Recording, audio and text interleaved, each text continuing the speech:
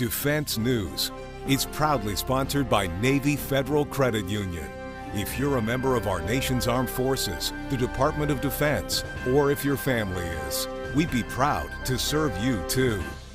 On this episode of Defense News Weekly, more from this year's Sea Air Space Conference outside Washington, D.C. Find out about a new hypersonic prototype in development. And a new report on shaving waivers in the Navy reveals how grooming policies disproportionately impact Black men in the service. Plus, a look at the Air Force budget requests for the next year. And what Eastern European nation is China selling anti-aircraft systems to? We'll give you all the details. Finally, a lighter look at life in the military. Check out the first in our new series on some of the wilder stories from those in uniform, called No Shit, There I Was. Can we say that? Can we say shit?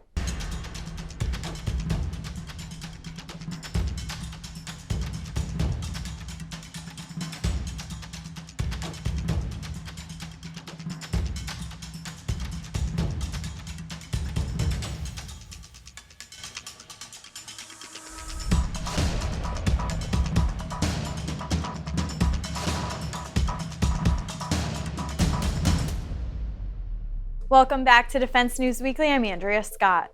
As every service member knows, shaving and grooming standards are a mainstay in the military. But for those who suffer from razor bumps, meeting regulations every day can be torturous. One condition, which disproportionately affects Black men, is the focus of new scrutiny in the Navy. Jeff Zazulowicz brings us the latest.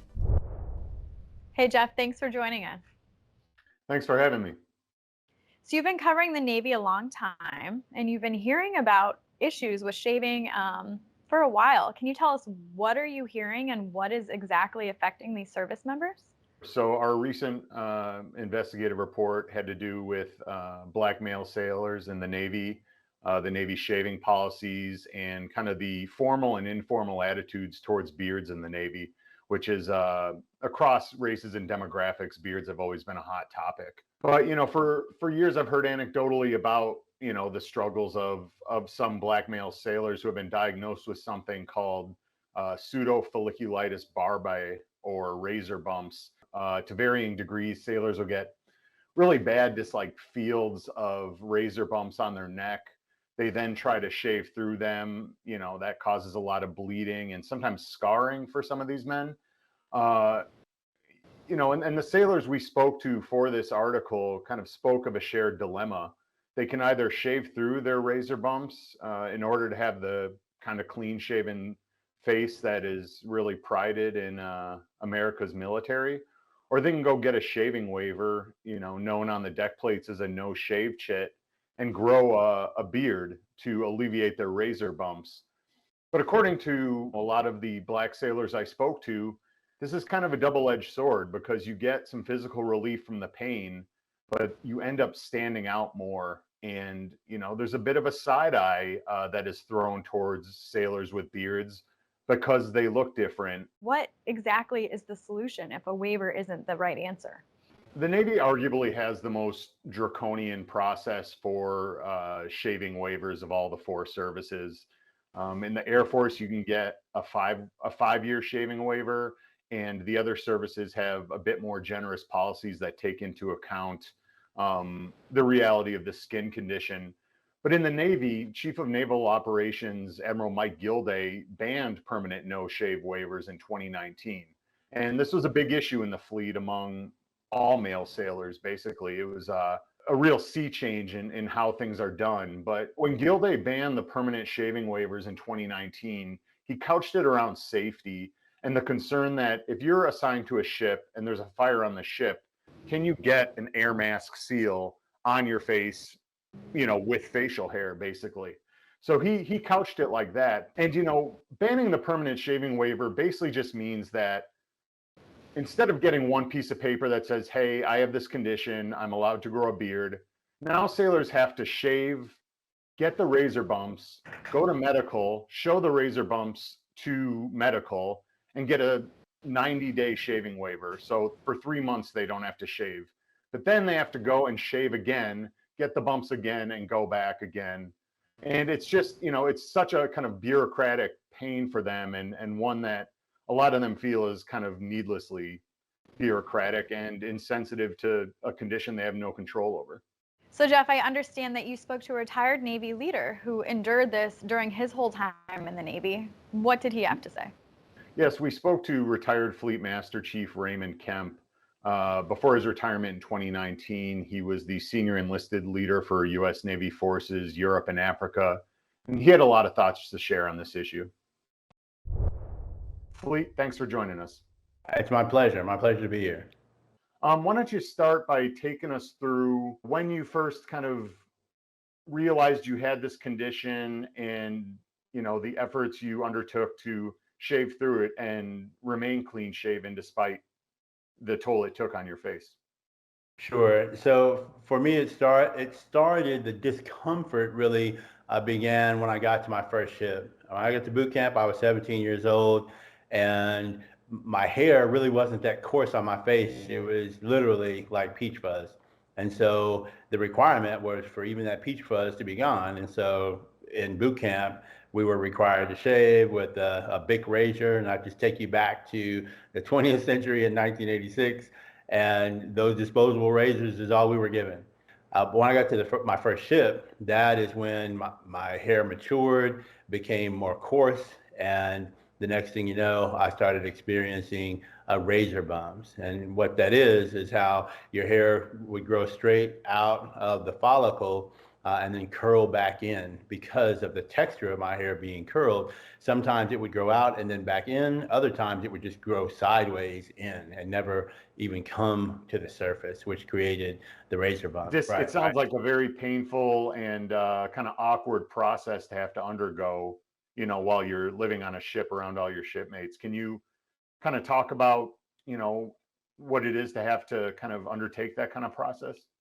Absolutely. So and that's exactly what I would do. Take a lighter, burn the edge of the tip of whether it be a sewing needle or whether it be a safety pin, and dig into the skin where I could see, that hair. And oftentimes it would look like a splinter. I mean, most people have had a splinter in their hand and their finger, or someplace where it was just right at the surface. And so just below the skin, you could see where that hair is. And whether there was a bump or not, I'd have to dig in there and pull that hair out. And that would relieve some of the pain, but of course, it would leave a scar, there would be bleeding. And then once that hair is pulled, you still had to figure out how to cut it. And so whether it be with the razor or whether it be just pulling it out with the tweezer, that was the normal routine. So it was actually one of my mentors who told me, look, now that you have made it to E6, you are a company man. And as a company man, you need to look like a company man.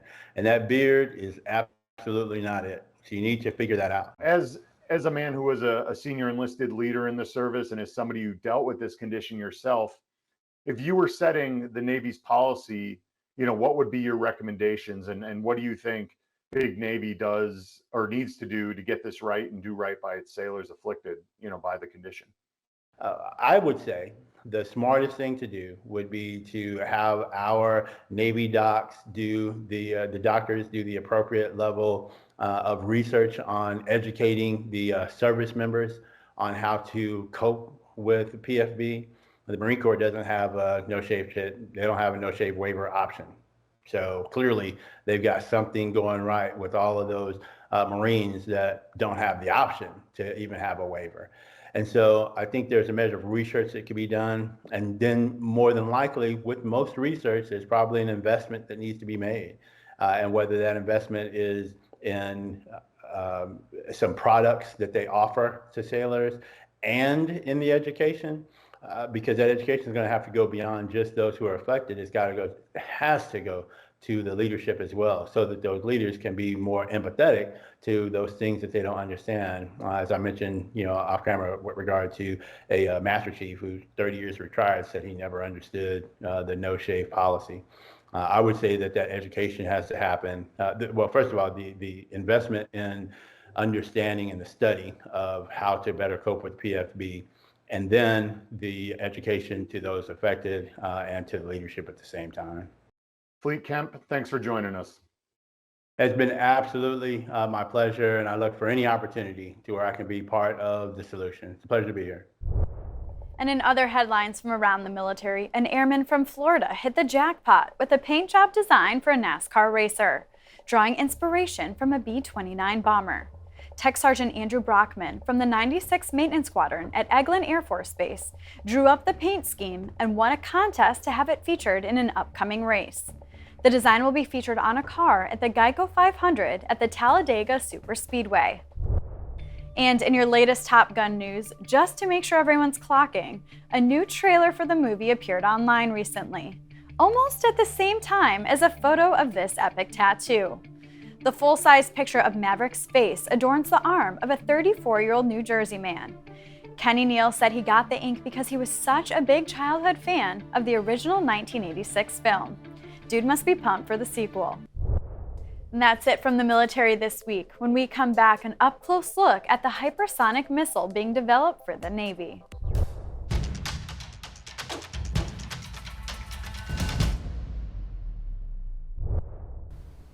Welcome back. The Navy League held its Sea Air Space Conference in Washington, D.C. last week, and we stopped by the Northrop Grumman booth to take an up-close look at the AARGM-ER missile that is currently in development for the Navy. The missile is made to target surface-to-air radar systems while keeping aircraft and troops a safe distance away. That's this week's Actionable Intelligence. Tim, we're standing in front of the AARGM-ER missile. Tell us about this missile. So the AARGM-ER stands for Advanced Anti-Radiation Extended Range Missile. And really what it is a follow-on to the AARGM missile program, which has been in the U.S. Navy inventory for about the last decade, a follow-on to the HARM missile system. It's been around for several decades.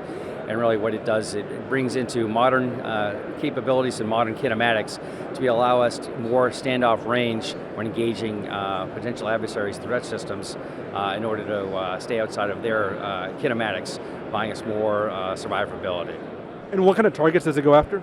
It goes after enemy air defense systems. It's currently in development. We've over the last half a year or so, we've had several test shots, and we're going to continue doing the developmental test shots over the next year and a half, all in accordance with the current schedule. And we're going to IOC, or initial operation capability for the U.S. Navy, will occur next summer, the summer of 2023, on Super Hornets and Growlers, EA-18s and FNA-18s, E's and F's. Well, what does the Navy need this right now? Requirements are born out of the last several decades of just maturation and technology advancing. So both with the detection, the capabilities of the systems themselves, but also the kinematics of the weapon systems being able to reach further out and pushing us further and further away. And so the aircraft and other systems that we have to protect, necessitating that we'll be able to engage these air defense systems from longer ranges to be in a survivable sanctuary and stay outside of the adversary's missile engagement zone where they can reach out and hit us. So essentially this makes it safer for Navy planes in the sky? It makes it safer for the Navy and the other customers who will ultimately fly with the AARGM-ER to be able to go and support any type of forces they're in the supporting role to take care of. Well, Tim, thank you for having us over.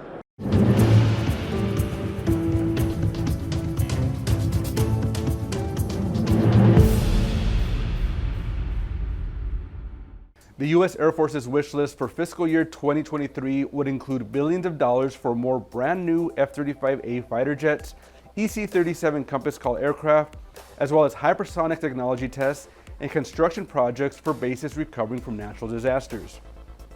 Defense News obtained the $4.6 billion unfunded priorities list. The biggest item? That's the $979 million for procurement of the new Compass Call electronic warfare aircraft, which would replace the decades-old EC-130H. That money would buy 4 used Gulfstream G550 business jets, and contractor L3Harris Technologies would transform it into the new, smaller Compass Calls, as well as spare engines and the kits for components needed for the modifications. The report stated that this would bring the size of the next generation Compass Call fleet to 10. L3Harris, which received the Compass Call contract in 2017, began conducting test flights of the EC-37 in August of last year. Another $921 million on the list would add 7 more F-35As to the Air Force's procurement request for 2023, bringing the total procurement up to 40. China has delivered anti-aircraft missile systems to Serbia as part of a contract the Balkan nations signed that also includes drones. A Chinese Foreign Affairs Ministry spokesperson told reporters on Monday that the delivery was part of the two countries' annual cooperation plan and does not target any third parties and, quote, has nothing to do with the current situation. It's believed the delivery, which took place over the weekend, was for a battery of FK-3 medium-range road-mobile surface-to-air missiles. Serbia had signed for the missiles in 2020 under a contract that also includes the CH-92 armed drone made by China Aerospace Science and Technology Corporation. The FK-3 is an export version of the HQ-22 surface-to-air missile system, and it retains the domestic version's top speed of Mach 6, although its maximum range has been reduced from 105 miles to 93 miles. The missiles are guided by semi-active radar guidance with a secondary command guidance capability. It can reportedly engage ballistic and cruise missiles, aircraft, helicopters, and unmanned aerial vehicles. Slovakia is helping arm its neighbor Ukraine. Slovakia's Prime Minister Edward Heger said last week that his country had donated its Soviet-era S-300 air defense system to Ukraine. And Ukrainian President Volodymyr Zelensky mentioned S-300s by name when he spoke to U.S. lawmakers in a video chat where he appealed for anti-air systems that would allow Ukraine to, quote, close the skies to Russian warplanes and missiles. NATO members Bulgaria, Slovakia, and Greece have the S-300s, which can fly hundreds of miles and knock out cruise missiles and warplanes. Slovakia previously said it was willing to give its S-300 to Ukraine on condition that it had a proper replacement. The United States has said it is sending a Patriot air defense system to Slovakia, and additionally, Germany and the Netherlands have agreed to send troops armed with Patriot missiles to Slovakia as part of a 2,100-strong force made up of soldiers from several NATO member states, including the United States. The Russian Ministry of Defense had claimed it destroyed 4 of the S-300 missile systems and hit some 25 Ukrainian soldiers. That claim, however, was countered by Slovakia's Prime Minister, who issued a statement late Sunday calling the news that the S-300 system given to Ukraine was destroyed. He called it disinformation. Slovakia is also helping out with ground warfare equipment. Slovak Defense Minister Jaroslav Nad has announced his country is in talks with the Ukrainian government over a potential sale of Zuzana 155mm self-propelled howitzers. He told the local news site SIDA that the two countries are discussing the possibility of Ukraine sending damaged tanks to Slovakia for repair. Mounted on an 8-wheel drive chassis, Zuzana is an upgraded variant of the Dana self-propelled howitzer developed in the former Czechoslovakia. Zuzana is currently operated by the armed forces of Slovakia and Cyprus. Nad said Bratislava and Kyiv were discussing whether the sale would involve the older Zuzana 2000 variant or the newer Zuzana 2 version. He didn't disclose how many howitzers are on the table.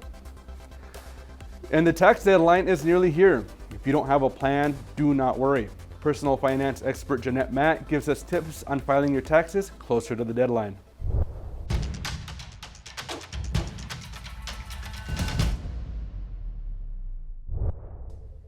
Welcome back. On this edition of Money Minute, Navy Federal Credit Union personal finance expert Jeanette Mack gives her top tips for tax time. According to the IRS, each year 70% of U.S. taxpayers get a refund of about $3,000. If you get a refund, what do you do with it? And how do you prepare if you don't expect one? Using some basic intel, you can complete your tax mission with ease. What makes it much easier is having all your financial records ready to go, like compensation records, bank statements, mortgage payments, and investments. You can access those online or on your mobile app, or ask your bank or credit union for help. Once you have your records in order, it's time to file. If you can, take advantage of common deductions, and if you need to, set aside time to work with a tax professional. If you're due a tax return, why not use it to build or add to your savings? Or maybe you want to reduce your debt. Both are excellent choices. If you owe money instead, look for tax deductions and credits you may qualify for in the future. It can also be worth opening a short-term certificate of deposit to pay your taxes next year. Now you've got the intel, use it and be confident your next tax season will be a breeze. Thanks, Jeanette. We'll see you next time. To get more of our coverage, be sure to check out our headlines online at Army, Navy, Air Force, and Marine Corps Times.com and DefenseNews.com. To get a list of our top stories in your inbox every weekday, subscribe to our Early Bird Brief. And make sure to follow us on Facebook, Twitter, Instagram, and YouTube. And when we come back, the first in our series of head-shaking tales of service members' strangest stories of their time in uniform.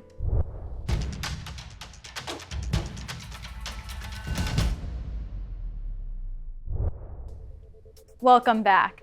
Life in the military comes with all kinds of strange anecdotes. Whether in combat or at a stateside training center, things happen that can make you just shake your head. But the best kinds of those stories often start with a typical refrain, which is the namesake of our new limited series. No shit, there I was. Check it out.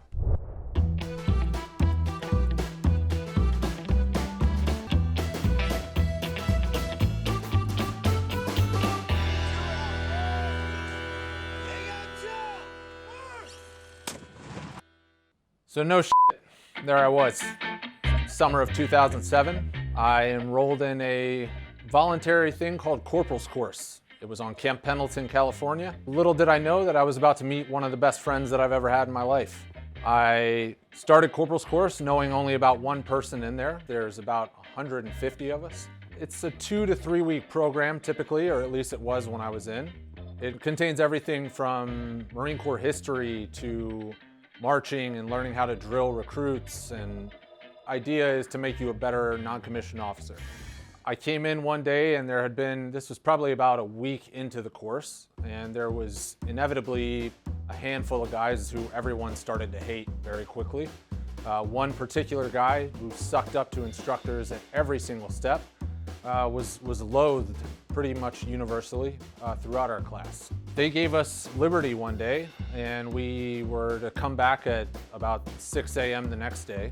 When we reported, we were all sitting in our seats ready to receive the lecture of the day and get started. And this guy who everyone hates bursts into the classroom a little bit late and just screams this just primal scream of, "Who the hell shit on my hood?" Now everyone starts laughing, obviously, because they're Marines and we're all immature.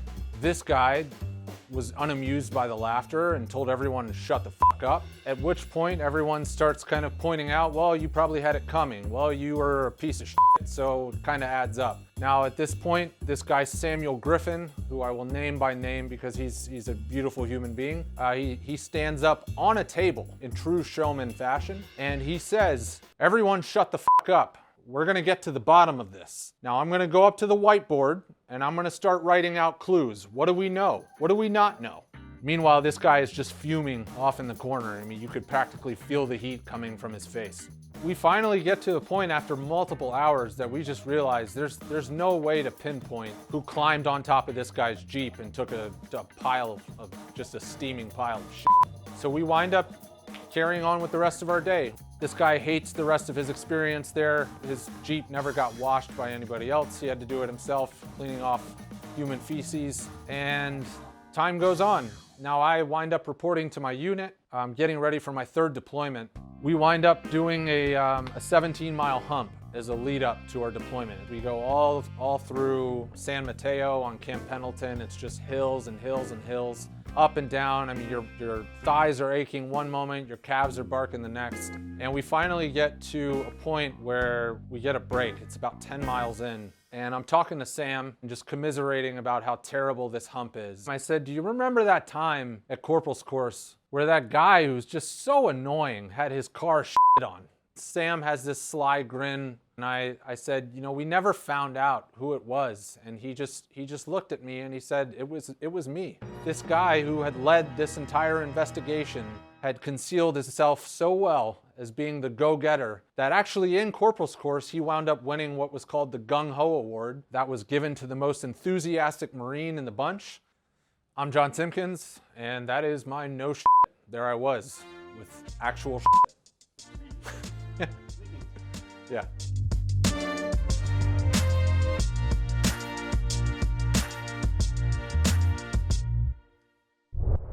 And that's all we have time for this week. Please visit us on militarytimes.com and defensenews.com for more coverage. Thank you for joining us, and we'll see you next week.